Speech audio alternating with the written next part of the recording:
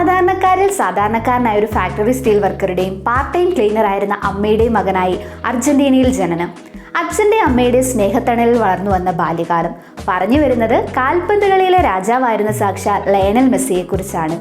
Football എന്നത് അവൻ്റെ രക്തത്തിൽ അലിഞ്ഞു ചേർന്ന വികാരമായിരുന്നു. അതുകൊണ്ട് തന്നെ തൻ്റെ 5-ാമത്തെ വയസ്സിൽ അവൻ്റെ അച്ഛൻ കോച്ചായുള്ള ഒരു ലോക്കൽ ഫുട്ബോൾ ക്ലബിന് വേണ്ടി അവൻ ആദ്യമായി ഗ്രൗണ്ടിലിറങ്ങി.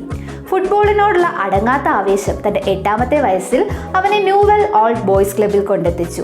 കൊച്ചു മെസ്സിക്ക് തൻ്റെ അച്ഛനേക്കാളും അമ്മയെക്കാളും അടുപ്പം തൻ്റെ മുത്തശ്ശിയുമായിരുന്നു. അതുകൊണ്ട് തന്നെ മുത്തശ്ശിയുടെ പെട്ടെന്നുള്ള മരണം വലിയൊരു ഷോക്കായിരുന്നു അവൻ്റെ ജീവിതത്തിൽ ഏൽപ്പിച്ചത്. മുത്തശ്ശിയുടെ പെട്ടെന്നുള്ള മരണം ഏൽപ്പിച്ച ആഘാതം ആഴ്ചകളോളം അവനെ പിന്തുടർന്നു.